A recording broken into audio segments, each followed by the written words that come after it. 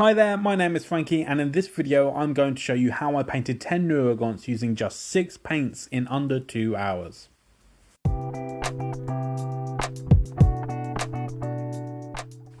Any Tyranid player knows the daunting feeling of staring at waves of grey gaunts of some kind, just waiting to be painted.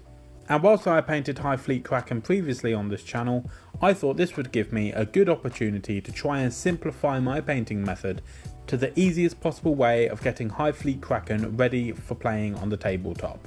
With the main goal for this project being speed, there is one surefire way to get through it quickly, and no, it's not just a really big brush. We are going to utilise contrast paints and washes to add shadows and lighter areas that serve as highlights without having to spend time meticulously picking these details out ourselves. There are two key details that make this process more challenging for my particular project, and they are that I am too lazy to go out and buy a decent range of contrast paint, so I have to make do with what I have, and that I have chosen to paint the Tyranids with the little sun visors on that have 2 shades of carapace for some reason.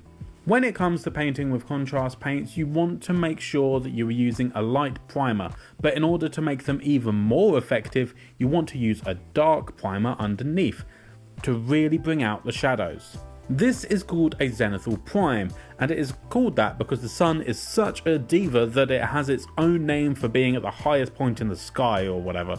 You can do this with either an airbrush or spray cans, but all you have to do is completely prime the models black and then spray them all white from above, which creates some nice uniform shadows across the models. The first thing that I wanted to get some colour on for these Neurogons was the skin.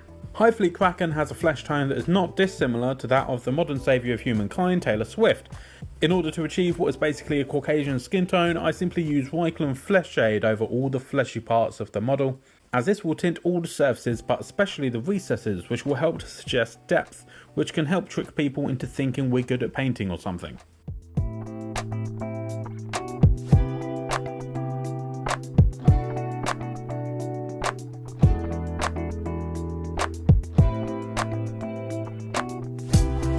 Now, as I said previously, I am working with quite a limited choice of colours, but still decide to make things difficult for myself by ensuring that there are 2 tones on the carapace, like the box art for these models show. As the majority of this model's armour plates will be red, I'm going to go over a bluish green for those church organs that they carry on their backs. Hopefully this colour works, but if it doesn't, I can blame it on me being colourblind and banish anyone that questions me due to discrimination against the visually impaired. This specific colour I am using here is the contrast paint Achillean Green. I would like to just take a moment to encourage my viewers that are not yet subscribed to consider doing so. By subscribing to my channel, you will give me a small sense of achievement, which will allow me to believe for a split second that this isn't all completely pointless, and in return you get absolutely nothing. Thank you! At this point, these Tyranids are starting to look like a custom Hive Fleet rather than Hive Fleet Kraken, so we should probably slap some red on there, but nah, let's make these nails black. Now to get this teenage goth look, we are going to be using Black Templar Black and apply a coat to all the claws and hoofs. Once again, this is a contrast paint.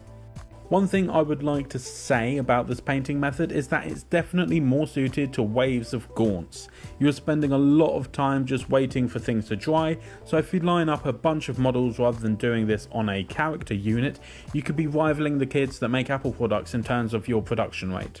We're really starting to run out of options here, so it's time to finally slap on some red paint on the remaining carapace. For this we are going to use another contrast paint, and this time it is Blood Angels Red. This paint is brighter than a baboon's buttocks, so you may want to apply this slightly thinner than normal so as to not look too much like a cartoon. Saying that, however, mine ended up as bright as Elmo, and to be honest there was a bit of a disconnect between the green and the red.